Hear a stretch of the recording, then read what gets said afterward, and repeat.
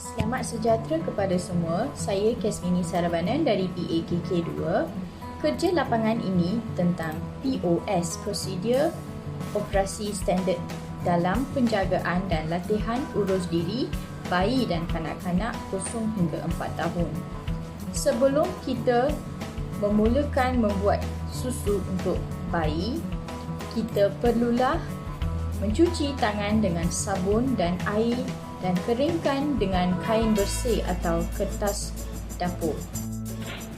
Pertamanya, sebelum kita memberi susu kepada bayi dengan menggunakan botol susu, kita mestilah pastikan botol itu bersih. Terdapat beberapa cara untuk mencuci botol susu. Mencuci botol susu anak dengan cara yang betul sangat penting untuk mengelakkan bakteria membiak. Botol susu yang tidak dicuci dengan bersih boleh menyebabkan risiko penyakit seperti sakit perut dan gastroenteritis. Gastroenteritis adalah radang pada usus atau perut akibat jangkitan bakteria yang boleh menyebabkan mual, muntah, cirit-birit dan juga demam. Sebagai ibu bapa, sudah pasti kita tidak mahu anak jatuh sakit. Namun, ada segelintir ibu bapa yang mungkin mengambil sikap sambal lewa ketika mencuci botol susu anak seperti mencuci dengan hanya melakukan air paip sahaja. Mungkin ada yang menggunakan berus untuk mencuci botol dan puting susu. Tapi, dengan ala kadar kerana mahu cepat sehingga kesan susu tidak hilang sepenuhnya dengan betul. Tidak kurang juga yang merendam dahulu dengan air sabun semalaman sebelum mencuci. Lama kelamaan, botol dan puting susu akan menjadi berkerak dan berbau masam. Berikut adalah panduan kepada ibu bapa untuk mencuci botol susu dengan cara yang betul. Semoga bermanfaat.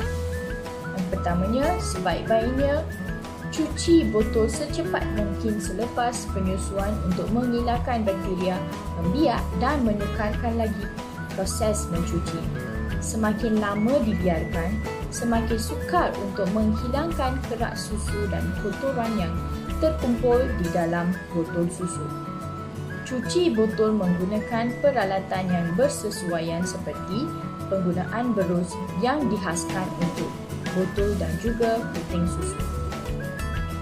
Ketiga, cuci dengan teliti pada bahagian dalam botol, sekeliling atas botol dan bahagian jalur penutup botol menggunakan air sabun suam.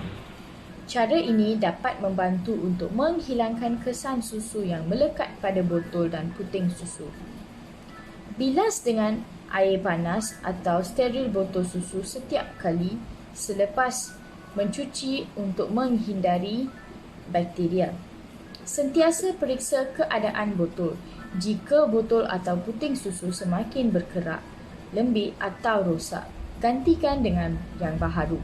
Bakteria boleh membiak di permukaan yang rosak dan terus hidup walaupun sudah melalui proses pembersihan dan pensterilan. Ingat, ibu bapa harus sentiasa peka akan hal kebersihan agar anak dapat terhindar daripada jangkitan kuman yang boleh menyebabkan penyakit. Betul ke tak cara aku bancuh susu ini? Takut tak sesuai pula untuk diminum nanti. Biasanya ditanya oleh para ibu. Penting sebenarnya untuk ibu bapa tahu tentang cara membancuh susu formula untuk anak-anak dengan cara yang betul. Hal ini penting supaya segala khasiat dan zat di dalam susu tersebut tidak hilang dengan begitu sahaja gara-gara cara pembancuhan susu yang salah. Jadi, jom kita tengok apakah cara yang betul supaya anda tidak menghadapi masalah lagi ketika membancuh susu buat si manja. Terdapat beberapa cara yang betul untuk bancuh susu formula bayi. Kebiasaan, ibu bapa akan bancuh susu bayi dengan memasukkan susu terlebih dahulu, kemudian diikuti dengan air panas dan air masak, kan? terikut-ikut dengan cara mak ayah kita dahulu. Sebenarnya, cara itu salah kerana ia boleh mematikan zat-zat susu disebabkan suhu air panas melampau. Cara yang pertama adalah air masak yang telah sejuk harus dituangkan ke dalam botol susu. Tuangkan sedikit demi sedikit sehingga air di dalam botol berkeadaan suam. Nisbahnya adalah 1 bahagian air panas dicampurkan 4 bahagian air masak. 3. Sudu yang disediakan di dalam tin harus digunakan untuk menyukat susu formula. Ikuti arahan pada kemasan tin. Tutup dan ketatkan botol susu. Goncangkan botol susu hingga larut dan sebati. Uji suhu susu dengan menuang botol susu di atas tapak tangan. Ia sepatutnya tidak panas dan juga tidak suam. Elakkan perkara-perkara ini semasa menyediakan susu bayi.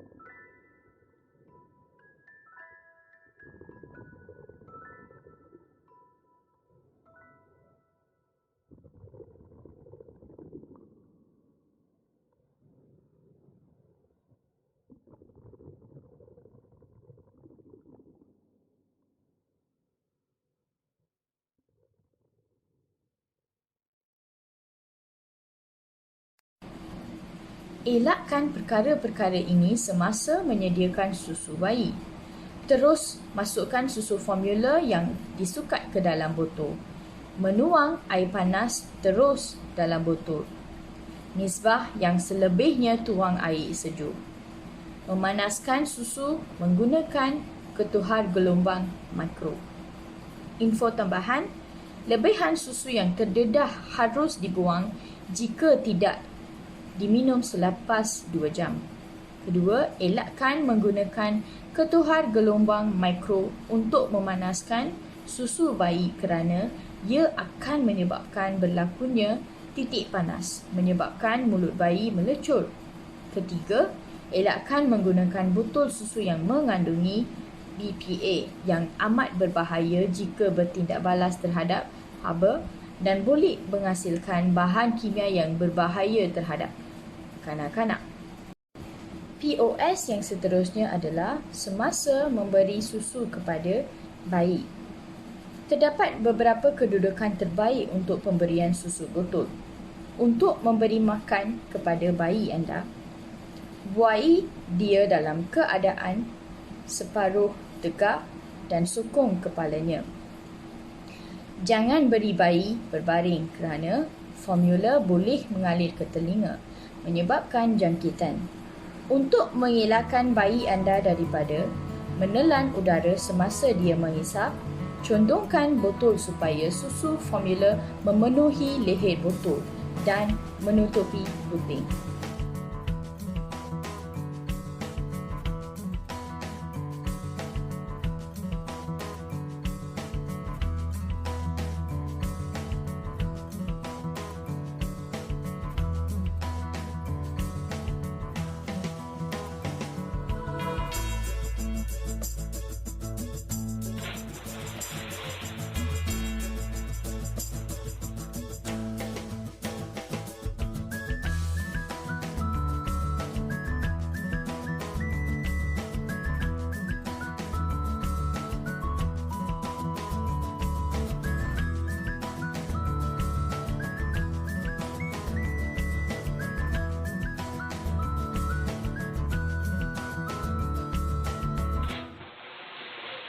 这一次我真的睡着了。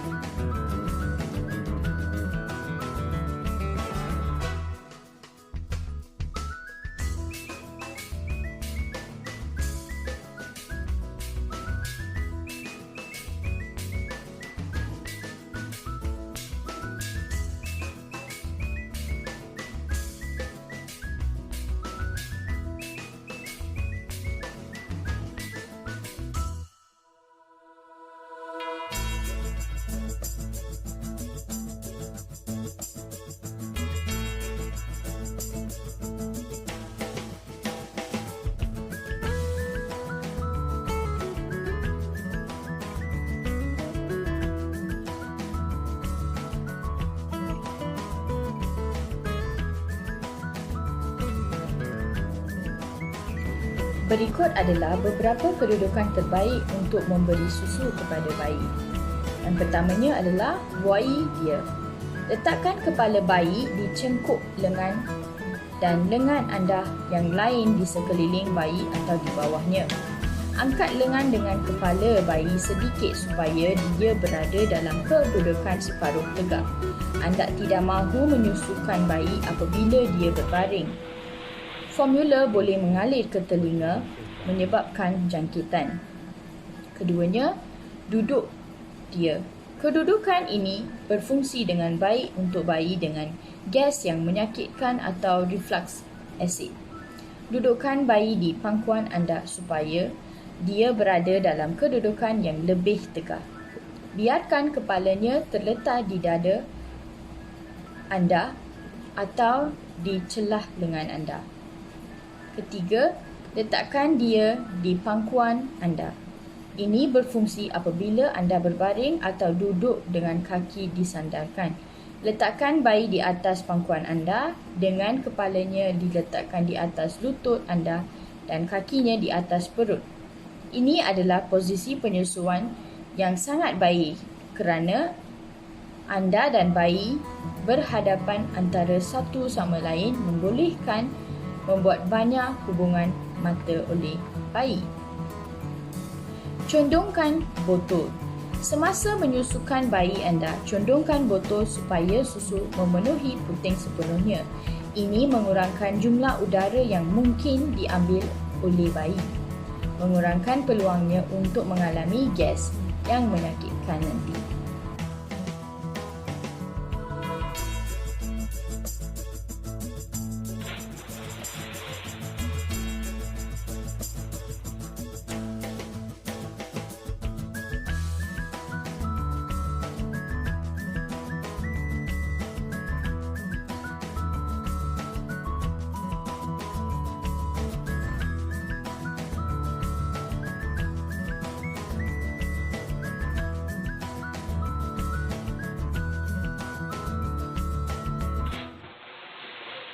这一次我真的睡着了。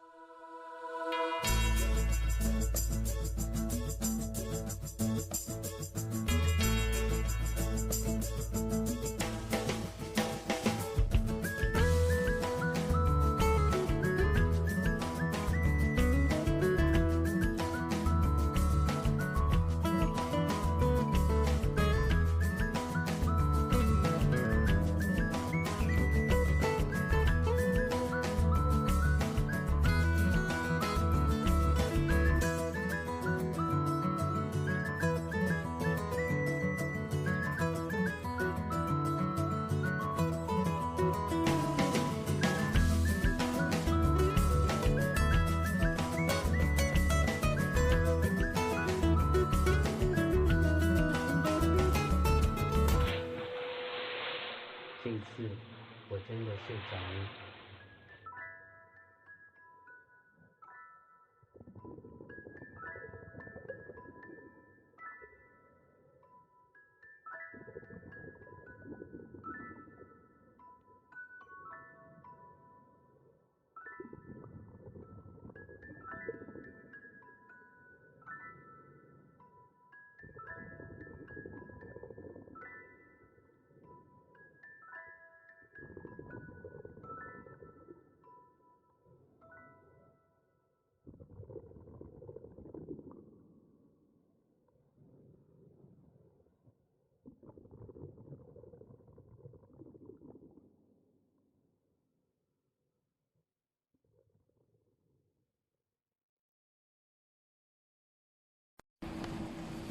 Inilah prosedur-prosedur operasi standard yang kita perlu ikut sebelum, semasa dan selepas memberi susu kepada bayi dengan menggunakan botol susu.